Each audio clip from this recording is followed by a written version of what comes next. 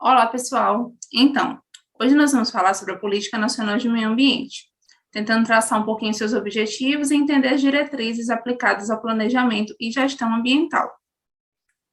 Bom, antes da gente falar sobre a Política Nacional de Meio Ambiente, nós precisamos relembrar o que são políticas públicas. As políticas públicas são a totalidade de ações, metas e planos que os governos, sejam eles nacionais, estaduais ou municipais, traçam para alcançar o bem-estar da sociedade e o interesse público. Ou seja, as políticas públicas são um conjunto de decisões, do governo voltados para a solução de problemas, da sociedade. São aquelas ações que são entendidas como supridoras das expectativas de fato ou das demandas da sociedade. E para o contexto ambiental, nós temos as políticas ambientais. O direito ambiental, ele vem garantir que existam leis e políticas, voltadas para essas questões ambientais. E por políticas ambientais, nós entendemos que são leis que foram instituídas pelo governo para que as organizações pudessem adotar, com respeito, usos sustentáveis que não causassem impactos negativos, ao meio ambiente, certo? Então, no Brasil, nós temos a nossa Política Nacional de Meio Ambiente, O objetivo dessa política é a preservação, a melhoria, a recuperação da qualidade ambiental propícia à vida, visando assegurar no país condições ao desenvolvimento socioeconômico, aos interesses da segurança nacional e à proteção da dignidade de vida humana. A nossa Política Nacional de Meio Ambiente, ela foi pensada em 1981, 31 de agosto de 1981. E aí, essa política, ela tem alguns princípios, na realidade, ela tem cerca de 10 princípios, certo? Que são a ação governamental na manutenção do equilíbrio ecológico, considerando o meio ambiente como um patrimônio público a ser necessariamente assegurado e protegido, tendo em vista um uso coletivo, ou seja, aí a gente já vê a questão da garantia, da qualidade de vida para todos. O segundo princípio seria a racionalização do uso do solo, do subsolo, da água e do ar, prevendo aí a questão da garantia dos recursos naturais para gerações futuras. Temos também como princípio o planejamento e a fiscalização do uso dos recursos ambientais. Aí a gente já prevê, nessa lei, na Política Nacional de Meio Ambiente, a estruturação de instrumentos, para planejamento e gestão. O quarto princípio, ele visa a proteção dos ecossistemas com a preservação de áreas representativas. Isso prevê a importância da delimitação no caso de áreas protegidas. E o quinto princípio fala sobre o controle e zoneamento das atividades em potencial ou efetivamente poluidoras, Aqui já está falando sobre a delimitação específica para determinados tipos de atividades poluidoras, delimitação de áreas específicas, para isso. Continuando com os nossos princípios, a gente vai ter também o princípio 6, que visa incentivos ao estudo e à pesquisa de tecnologias orientadas para o uso racional e a proteção dos recursos ambientais. Aí já é a questão de potencializar mesmo a garantia do desenvolvimento sustentável, O princípio 7, que é o acompanhamento do Estado, da qualidade ambiental, já visando aí a questão de ações de fiscalização. O 8 e o 9, fala sobre a questão de recuperação de áreas degradadas, proteção de áreas com ameaças de degradação, já está mais voltado para essas áreas que necessitam ser recuperadas, que estão em potencial risco de degradação, e o 10, que visa a educação ambiental a todos os níveis de ensino, inclusive a educação da comunidade, objetivando capacitá-la para a participação ativa na defesa do meio ambiente. Aqui a gente já vê um princípio de sensibilização, da importância da natureza e do desenvolvimento sustentável a partir da educação ambiental como ferramenta. Então, esses são os princípios norteadores da Política Nacional de Meio Ambiente. E esses princípios, eles estão presentes tanto no objetivo geral, dessa lei, como eles também influenciam para pensar em objetivos específicos da Política Nacional de Meio Ambiente. Entre os objetivos específicos, nós podemos citar alguns, como as definições de áreas prioritárias, sejam elas federais, estaduais e municipais, o estabelecimento de critérios e normas para a qualidade ambiental, é um outro objetivo específico dessa política, tecnologias e pesquisas para uso racional dos recursos naturais, a formação de consciência pública, sobre Outros objetivos, como a formulação de normas e planos específicos, né, a nível federal, estadual e municipal. A responsabilização por danos causados à recuperação ambiental é um outro objetivo previsto na política, assim como, né, atividades públicas, né, ou privadas exercidas de acordo com a Política Nacional de Meio Ambiente, e o desenvolvimento econômico, social e o equilíbrio ecológico, né, que é um dos objetivos também previstos nessa política. Bom, e quais são os instrumentos, né, da Política Nacional de Meio Ambiente? Para a gente chegar nesses objetivos, alcançar esses objetivos, de que forma essa política ela prevê a garantia do cumprimento desses objetivos, né? Então, nós temos alguns instrumentos, né, previstos na Política Nacional de Meio Ambiente. O primeiro deles é o estabelecimento de padrões de qualidade ambiental, o zoneamento ambiental, né, bem conhecido por nós, a avaliação de impactos ambientais, o licenciamento e a revisão de atividades efetivas ou potencialmente poluidoras, os incentivos à produção e instalação de equipamentos e a criação ou absorção de tecnologias voltadas para a melhoria da qualidade ambiental. O 6, a criação de espaços territoriais especialmente protegidos pelo poder público federal, estadual e municipal, tais como áreas de proteção ambiental, de relevante interesse ecológico e reservas extrativistas, né? Vocês podem perceber que até agora todos esses instrumentos, de fato, eles estão de acordo tanto com os objetivos quanto com os princípios, né, previstos na lei. Temos ainda mais instrumentos, né? O Sistema Nacional de Informações sobre o Meio Ambiente, o Cadastro Técnico Federal de Atividades e Instrumentos de Defesa Ambiental, as penalidades disciplinares ou compensatórias ao não cumprimento das medidas necessárias à preservação ou correção da degradação ambiental, a instituição do relatório de qualidade do meio ambiente a ser divulgado anualmente pelo Instituto Brasileiro de Meio Ambiente e Recursos Naturais Renováveis, o IBAMA, a garantia da prestação de informações relativas ao meio ambiente, obrigando-se ao poder público produzi-las quando inexistentes, e também o Cadastro Técnico Federal de Atividades Potencialmente Poluidoras e ou utilizadoras dos recursos ambientais. Um outro instrumento seria, né, pensar em instrumentos econômicos como concessão florestal, servidão ambiental, seguro ambiental e entre outros, né? Então, a gente pode ver aqui que esses instrumentos, né, eles também são base para a gente pensar em metodologias de aplicação de outras leis ambientais, né, como a Política Nacional de Recursos Hídricos, a própria Lei de Crimes Ambientais, e embora a gente fale mais sobre alguns instrumentos especificamente que são os mais utilizados corriqueiramente, como a avaliação de impacto ambiental, o relatório de impacto ambiental, né, as audiências ambientais, também a audiência pública ambiental, nós temos cerca aí de 13, né, instrumentos que estão previstos em lei ainda. Bom, aqui nós vamos falar de alguns instrumentos, né? O primeiro que eu destaco aqui é o CISNAMA. O CISNAMA, ele é o Sistema Nacional de Meio Ambiente, né?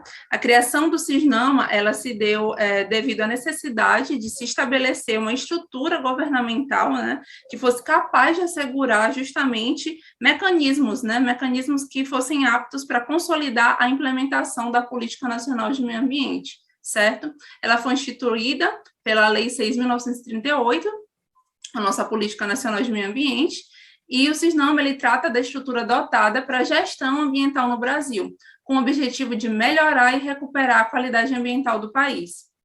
Ele é constituído pelos órgãos e entidades da União, né, dos estados, do Distrito Federal, dos municípios e pelas fundações instituídas pelo poder público. A finalidade do CISNAMA, justamente, é dar cumprimento aos princípios constitucionalmente previstos e nas normas instituídas para proteção e melhoria da qualidade ambiental.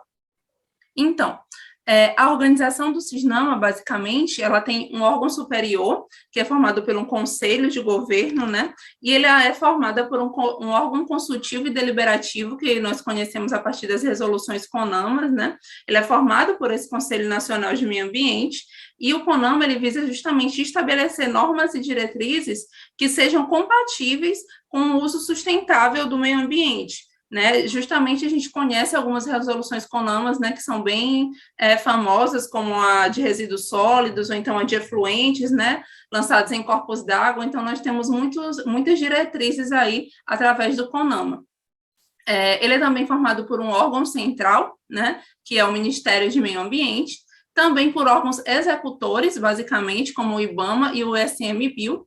Também vão ter órgãos secionais, que são órgãos voltados mais para as entidades estaduais, né, em cada estado do país, e os órgãos locais, que são órgãos voltados para o meio ambiente, né, os órgãos municipais, certo? Bom, também um outro instrumento, né, que sempre é falado é o zoneamento ambiental. O zoneamento ambiental ele também pode ser chamado de zoneamento ecológico, econômico. Ele é um instrumento de organização do território, né, que ele deve ser obrigatoriamente seguido na implantação de planos, de obras, né, de atividades públicas, sejam elas públicas ou privadas. Ele estabelece medidas e padrões de proteção ambiental destinado a assegurar a qualidade ambiental dos recursos hídricos, do solo, né, da conservação da biodiversidade, garantindo o desenvolvimento sustentável, né, e a melhoria das condições de vida de uma população. Esse zoneamento ambiental ele pode acontecer tanto em âmbito federal quanto em âmbito estadual e municipal, né? E seu principal objetivo, de fato, é a organização territorial e uma efetiva gestão ambiental, né? Esses dados do zoneamento ambiental também é importante, na verdade é obrigatório que eles sejam disponibilizados para a sociedade, então é muito comum a gente encontrar esses relatórios, né, disponíveis principalmente em meios digitais, como vocês podem ver aqui na imagem, como por exemplo o zoneamento ecológico do estado do Maranhão, onde você vai poder encontrar, né, os relatórios técnicos, a base de dados, né, as informações voltadas tanto para um relatório mais macro, que existe do Estado, né, que é o macro ZEE, quanto para relatórios, né, em unidades diferenciadas, como é o caso do Cerrado, né, o ZEE Cerrado e o ZEE da Amazônia, que estava sendo feito para o Estado do Maranhão. Bom, outro instrumento é a avaliação de impacto ambiental, né, que vale a pena ser mencionada. Ela é um instrumento de gestão ambiental com o objetivo de garantir que projetos passíveis de danos ambientais eles sejam avaliados de acordo com seus possíveis impactos. Envolve um conjunto de técnicas e procedimentos para reconhecer, identificar, avaliar impactos ambientais, né, provocados por empreendimentos e atividades, né, dessas empresas.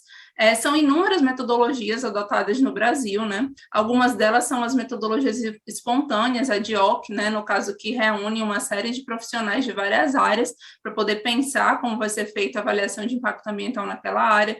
As listagens de impacto, que geralmente são muito utilizadas em campo, mas conhecidas como checklists, né? Matriz de interação, as redes de interação também, os mapas de superposição, né, que é muito utilizado para quando a gente vai trabalhar na parte das geotecnologias, e assim, né, por diante. Existem outras, né, metodologias também de avaliação de impacto ambiental. Todas as ações humanas, né, voltadas para os recursos naturais que causem um impacto ambiental ao meio ambiente, elas devem ser sujeitas, né, aos órgãos ambientais competentes e devem apresentar essa avaliação de impacto ambiental. Essa avaliação de impacto ambiental também é importante a gente saber que ela está muito ligada ao estudo prévio da instalação de um determinado empreendimento, né, ou de uma determinada atividade em uma área. Bom, outros instrumentos que a gente precisa comentar também é o EIA e o RIMA, né, que é o estudo de impacto ambiental e o relatório de impacto ambiental, né. O EIA, ele apresenta detalhes de levantamentos técnicos, que se trata de um conjunto de estudos realizados por especialistas em áreas correspondentes ao projeto e ao meio ambiente, certo? E o RIMA, ele já é o relatório desse estudo, ele é visto como uma apresentação da conclusão do estudo, né, referida em uma linguagem mais acessível, ele já é o relatório que vai ser apresentado de fato para a sociedade. Os dois, tanto o EIA quanto o RIMA, o objetivo deles realizar uma avaliação muito ampla, mais completa, cheia de minuciosidades, né, dos impactos ambientais que um determinado empreendimento pode provocar em uma área e apresentar medidas mitigadoras, né, para esses impactos. Bom, aqui são algumas das etapas, né, de um EIA. Primeiramente, a gente precisa fazer a caracterização de um empreendimento, certo? Depois dessa caracterização desse empreendimento, da estrutura desse empreendimento, se parte para o diagnóstico ambiental da área de influência do projeto. É aqui que a gente vai levantar, fazer a caracterização ambiental, levantar dados de geologia, geomorfologia, vegetação, né, da fauna, da hidrografia da área, entender a dinâmica ambiental daquela área e também entender a dinâmica social, né, as comunidades que estão ali, número populacional, quais são os tipos de atividades econômicas que estão relacionadas, né, qual é o tipo de importância cultural que aquela área tem para uma comunidade. Depois disso, é feita a análise de impactos ambientais, né? É aqui que vai ser dito quais são as possibilidades de impactos ambientais que esse empreendimento pode trazer para aquela área onde ele será alocado. Depois disso, são pensados nesse estudo em medidas mitigadoras preventivas, né, potencializadoras ou compensatórias para aquela área, né? E depois disso também tem que ser apresentado nesse estudo um programa de acompanhamento e monitoramento desses impactos, né?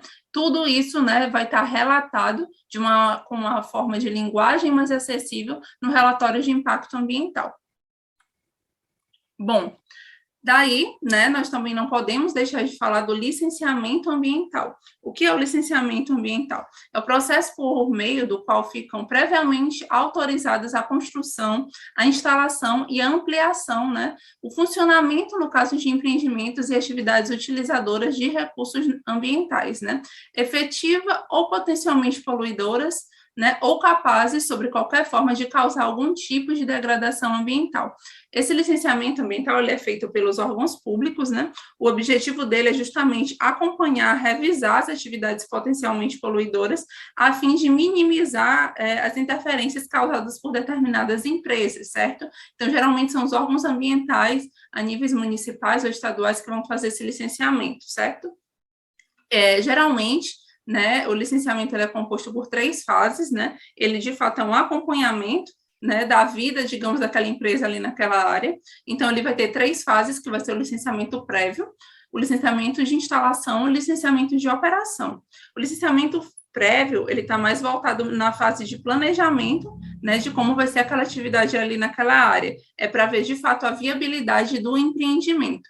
O licenciamento de instalação, ele já está muito mais voltado para a questão, né, de constar no relatório os condicionantes, de fato, dessa obra de instalação que podem afetar o meio ambiente. E o licenciamento de operação já é uma autorização ali de funcionamento, né? E esse licenciamento de operação, ele precisa ser revisado, né, de tempos em tempos, e o empreendimento, ele deve solicitar a renovação desse licenciamento até 120 dias antes do seu prazo de vencimento, certo? Então, o licenciamento ambiental, ele vem aí justamente para a gente poder digamos que fiscalizar durante o processo ali de construção daquela obra e de funcionamento daquela obra, né, se vão ter impactos ambientais relacionados a resíduos sólidos, né, tratamento de efluentes, áreas contaminadas, né, mudanças climáticas também, emissões de gases na atmosfera, se vai comprometer o ordenamento territorial, né, se vai ter alguma sobreposição geográfica em relação à unidade de conservação, por exemplo, né. Então, o licenciamento ambiental, ele vem justamente assegurar esses outros direitos, né, da população. Bom, nós também temos as audiências ambientais, né? A audiência pública, ela está prevista na legislação ambiental como uma forma de promover a participação da comunidade nas decisões sobre licenciamento ambiental. A finalidade da audiência pública é expor os empreendimentos em análise e os estudos ambientais para a população, respondendo assim às dúvidas, né, recolhendo críticas, opiniões, sugestões, né, a respeito da alocação de um determinado empreendimento. Então, justamente a audiência ambiental é um momento da população falar, né, da sociedade falar, da comunidade de uma área específica falar. Ela vem justamente analisar o andamento da gestão ambiental de uma determinada empresa, de uma determinada organização, né?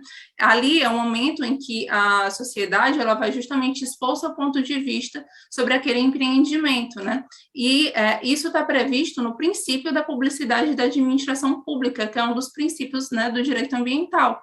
Então, o capítulo 4 da Constituição, ele incumbe ao poder público exigir, na forma da lei, né, para a instalação de obra ou atividade potencialmente causadora de significativa degradação do meio ambiente, um estudo prévio de impacto ambiental, aqui será dada publicidade, ou seja, as pessoas devem conhecer e dar sua opinião, né, sobre um determinado empreendimento que for ser alocado em uma determinada área, certo?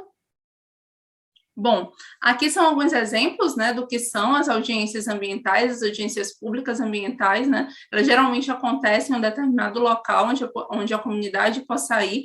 Nesse momento é apresentado o relatório de impacto ambiental. A ideia é que seja com uma linguagem mais acessível para que a população possa entender e colocar seus pontos de vista, né?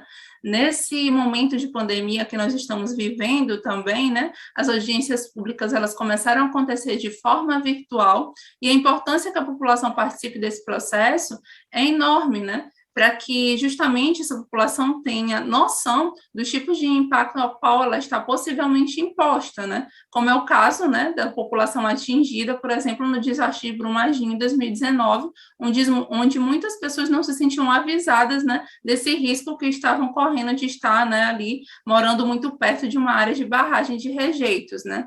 Então, a audiência ambiental ela é realmente uma parte muito importante e é o momento em que a população tem vez e voz, certo?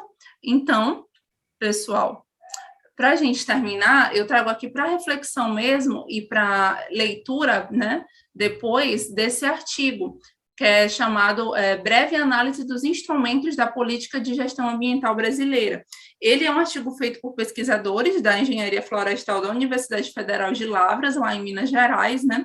E o objetivo desse trabalho justamente foi descrever os principais instrumentos da política ambiental brasileira e fazer menção aos principais pontos de discussão desse tema, né? E bem no final do artigo, ele faz uma reflexão bem interessante, onde ele vem dizer que uma lei ela só é eficiente, né, se for eficientemente aplicada, cumprida e assimilada pelos agentes sociais.